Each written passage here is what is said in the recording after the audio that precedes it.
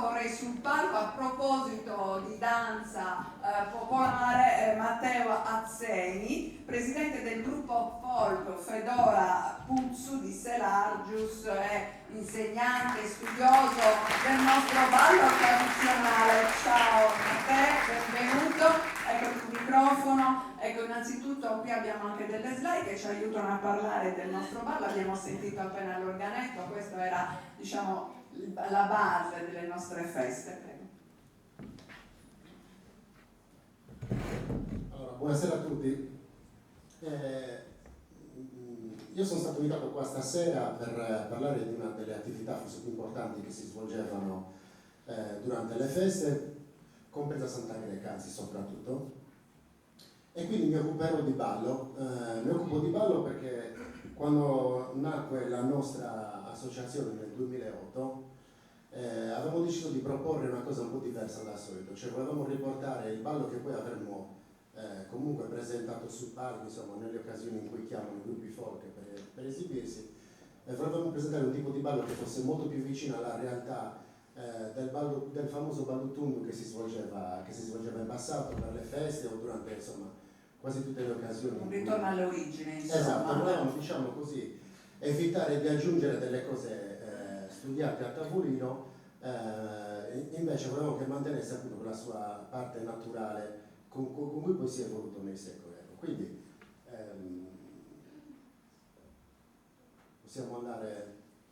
Allora, io chiaramente sono selargino, come ho detto prima, quindi ho caricato delle immagini che riguardano Santa Greca. Queste sono prese dal National Geographic di inizio Novecento, che ha proposto anche prima Andrea, perché i selargini, a dispetto di quello che si crede, erano molto legati a questa festa, erano molto legati a Santa Greca, addirittura forse più dei santi che si festeggiavano a Selagius. Sappiamo che elargivano molte donazioni al simulacro, quindi tanti ex voto sicuramente arrivano da Selagius, ne stava parlando anche prima Andrea.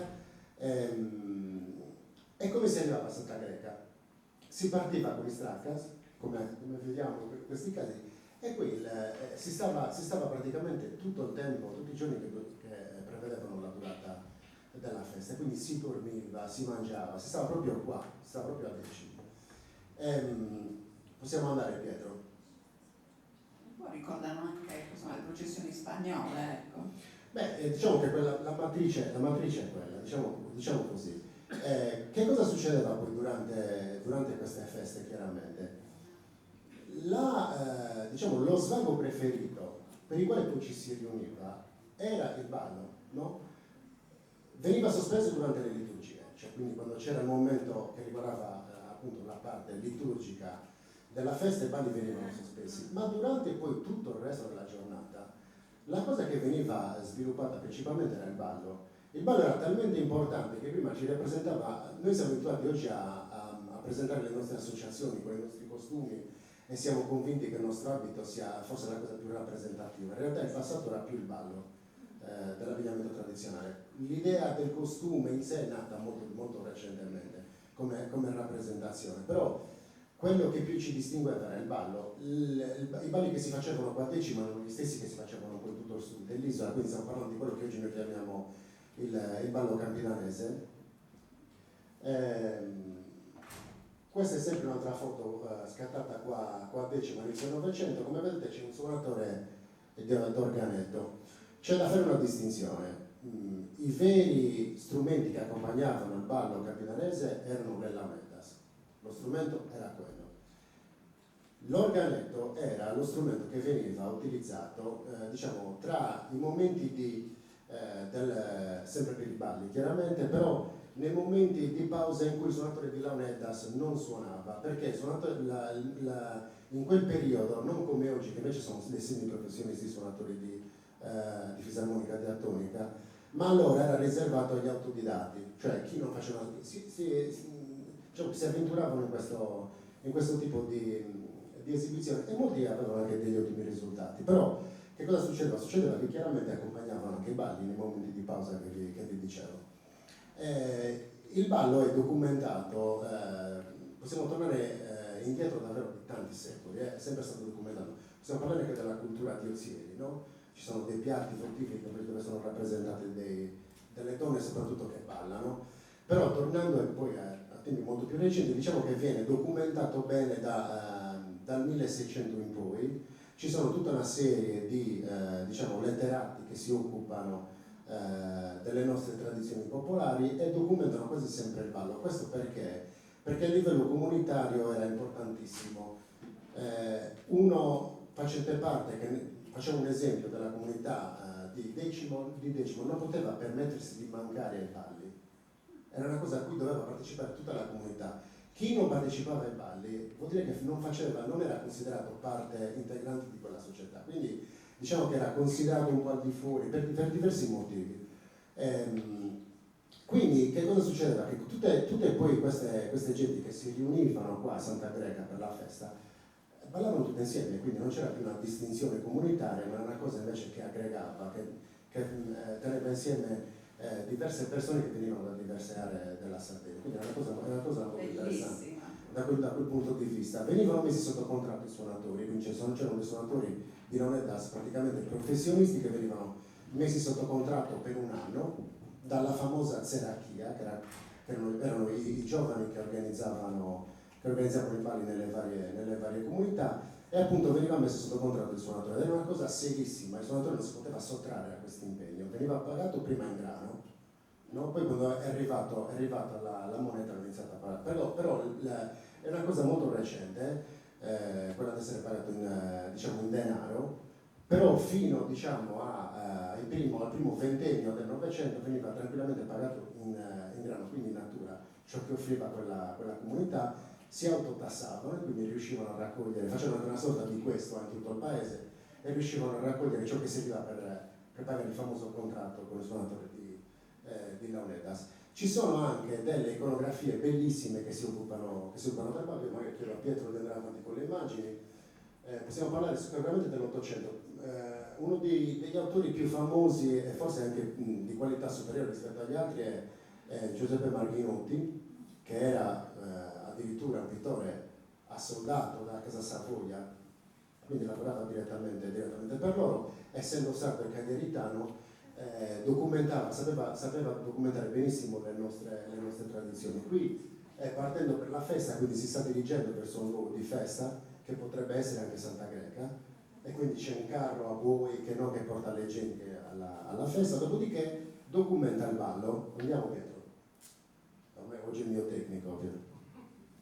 Ecco, questo è sempre un quadro del Marghinotti 1863, che è conservato alla Pinacoteca Nazionale di Sassari, è quasi di queste dimensioni, e c'è rappresentato questa, diciamo che si chiama, allora l'opera si chiama Festa Campestre, ed è ambientata a Seragius, presso il santuario di San Rosorio. E come potete vedere, nell'immagine sono rappresentate diverse tipologie di abbigliamento tradizionali di tutta la Sardegna, perché queste feste erano partecipatissime non solo dalle persone di quelle aree, ma un po' da tutta la Sardegna, come ricordava anche Andrea. In questo caso possiamo davvero distinguere costumi di diverse aree della Sardegna, di Biti, dell'Iglesiente, del Sulcis. C'è un gruppo di cagliaritani che si sta nutrendo lì a beve, cioè quindi erano davvero delle feste ultra partecipate, e al centro, come vedete, scusate, o meglio, nella parte centrale verso sinistra c'è rappresentato il ballo. Quindi era una delle funzioni, assolutamente, questi sono tutti presi per mano. Diciamo che poi l'abbiamo classificato noi come ballo d'uno, però loro lo chiamavano esclusivamente ballo, un po' come succede tutt'oggi anche a Busacchi, non hanno un vero termine, loro lo chiamano ballo, a prescindere. Quindi da questo momento in poi abbiamo un buco nelle rappresentazioni, riprenderanno qui all'inizio del Novecento, ci sono proprio delle immagini, però la cosa interessante è che se si cerca nelle fonti d'archivio, diciamo o nella parte letteraria che riguarda la Sardegna, ci sono un sacco di documenti che descrivono il ballo, e in uno di questi addirittura descrive il ballo svolto a Decimomannu, che ho qui perché la ricerca poi delle fonti è importante per capire le dinamiche del ballo. Noi pensiamo che il ballo del passato fosse chiuso, cristallizzato all'interno di certe dinamiche. In realtà non è così. Anche dal periodo storico, anche una generazione solamente poteva cambiare l'approccio al ballo. Ci sono tantissime testimonianze documentate, appunto come dicevo, in documenti d'archivio, in cui nascono anche degli scontri tra i giovani che organizzavano i balli e i più grandi, gli ammogliati, che invece volevano strutturare il ballo alla loro moda. Erano già due generazioni diverse, quindi tra figli e genitori, che interpretavano il ballo in modo diverso. Quindi è interessante anche questo aspetto. No? Noi abbiamo un'idea così bloccata del ballo, in realtà le dinamiche erano diverse. Uno dei documenti, come vi dicevo, che parla anche di Decimo, riguarda il ballo, è appunto testimoniato da William Mary Smith, che arriva in Sardegna nel 1828, era un ufficiale di marina britannica. Come sapete, prima le case nobiliari facevano fare le accademie militari ai figli, quindi nonostante fossero dei grandi letterati, dei grandi studiosi, scienziati, comunque dovevano poi portare avanti una carriera militare. Lui arriva qua in Sardegna e produce addirittura un libro e parla del ballo e dice: la danza è un'importante caratteristica di tutte le feste pubbliche e molti paesi hanno la loro bracciera, così scrive lui, cioè un'area adibita espressamente a questo scopo. Il ballo regionale è la carola, cioè il famoso ballo lungo, un ballo chiuso, in cui molte persone si prendono per mano e fanno un monotono movimento circolare. Parla successivamente di suonatori di lamedas, quindi questo strumento a tre canne, e poi a un certo punto descrive la festa. A Decimo Mannu, dove si arriva da Siliqua, perché lui arrivava da quella zona, attraversando due ponti, si tiene una immensa sagra in onore di Santa Grego, così scrive lui, in realtà è Santa Grega, che dura 8 giorni, in cui vi è molto movimento. La maggior parte degli abitanti di Cagliari vi si reca a piedi con le tracche, cioè carri coperti. Altri ci arrivano a cavallo, dei chioschi veramente che servono da bottega. La Berotta del Medioevo, cioè utilizza dei termini ricercatissimi chiaramente, sono stati costruiti intorno alla chiesetta dove la Vergine fu torturata e arsa viva. Queste sono le informazioni che lui sicuramente raccoglie. Ricordami la data di questo testo? 1828. Ci sono tantissime testimonianze come questa, però di solito noi siamo abituati a leggere sempre della Marmora. In realtà ci sono un sacco di testimonianze che sono recuperate in questo libro che si chiama Folklore in Sardegna di Andrea Loci, che ha raccolto tutte le informazioni che riguardano il ballo. Raccogliendo tutte le informazioni che riguardano il ballo era inevitabile raccogliere anche le informazioni che riguardano il luogo in cui si svolgevano. Ecco, sì, quindi tu sei andato alla ricerca del ballo originale, quello che si faceva allora. Esatto, perché dovendolo riportare all'associazione folcloristica, io diciamo che mi sono avvicinato perché mi interessava l'aspetto tecnico del ballo, volevo capire come funzionava, perché fino all'anno di fondazione della mia associazione ho fatto parte di un'altra associazione folclorica che si occupava sì di ballo ma di altri aspetti. Quindi entrando appunto nella parte tecnica, poi c'era però da capire la dinamica per cui si svolgeva questa fase tecnica e abbiamo scoperto un mondo infinito, perché il ballo capitanese è complessissimo, è davvero molto complesso, perché è legato strettamente allo strumento delle launedas. Ad ogni fraseggio dello strumento delle launedas corrisponde un passo specifico, mentre nelle altre aree della Sardegna è un passo che si ripete a tempo e a ritmo durante tutto il ballo. Il ballo capitanese esce da questa regola, quindi ad ogni fraseggio delle launedas corrisponde un ballo specifico, quindi la fusione tra ballo e strumento è inevitabile ed è forse uno degli aspetti più interessanti di questo ballo, che è difficile da apprendere. Cioè, in passato avevano quello, quindi imparavano da bambini, lo vedevano, la musica che ascoltavano era solo quella, quindi chiaramente l'approccio era diverso ed era anche più semplice. Oggi noi dobbiamo lavorarci sopra, e quando lo insegno dico sempre che è uno dei balli più complessi ma che poi dà più soddisfazione. Quindi da quel punto di vista il recupero di questo ballo per noi era importantissimo per riproporre appunto nelle varie occasioni qual era effettivamente il ballo che si svolgeva nelle nostre aree. Ecco, ti sembra che sia quasi unico al mondo come ballo o hai trovato qualche similitudine in altre popolazioni? No, le similitudini ci sono con tutto il mondo. nello svolgimento, nel modo di legarsi le mani. Noi spesso e volentieri pensiamo di essere unici e irripetibili, in realtà facciamo parte di questo mondo come tutti gli altri. Ci sono gli studiosi del passato paragonavano il nostro ballo sempre ai balli greci, no?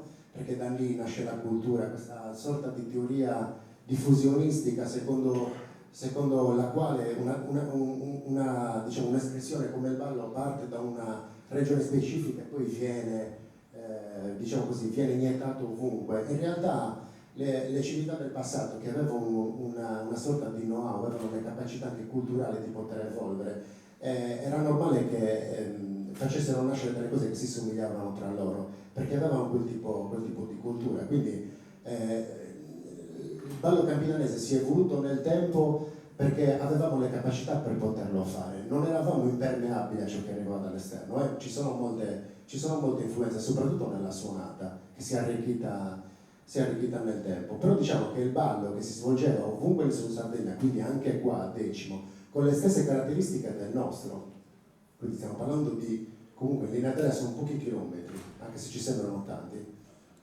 Il ballo che si svolgeva anche qui a Decimo era sicuramente lo stesso che si svolgeva in tutto il Sud Sardegna. Quindi stiamo parlando del Suballo Tundu, quindi del cerchio, delle uomo e donna alternati che si prendevano per mano, come vediamo qua. Come vediamo qua abbiamo anche un paio di immagini, perché poi nel tempo anche le immagini fotografiche, ecco, questo è un ballo di Villassor, come vedete qui sicuramente si stanno preparando al ballo, però c'è già il suonatore di Nonedas che sta al centro, perché quello è la posizione. Prima non avevano amplificazione, non potevano irradiare la musica, quindi dovevano stare al centro del ballo. Contate che i balli comprendevano la partecipazione di 200-300 persone, un ballo durava anche più di un'ora.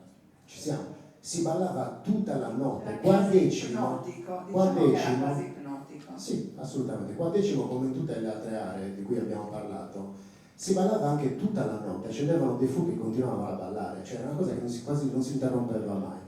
Andiamo avanti, Pietro. Questo è un altro ballo sempre svolto all'interno di una casa, perché anche quello erano il cortile delle nostre case campidanesi, e quindi anche qui venivano svolti spesso i balli organizzati dai padroni di casa insieme alla famosa seracchia. Andiamo avanti, Pietro? Ecco, poi ad un certo punto, nell'ultimo periodo di esecuzione di questi balli, i ballerini e le coppie iniziano a ballare staccate l'una dall'altra, quindi si spezza questa tecnica del ballo tundu, sicuramente con influenze, hanno visto qualcosa che magari è piaciuto e quindi iniziano a ballare anche per coppia.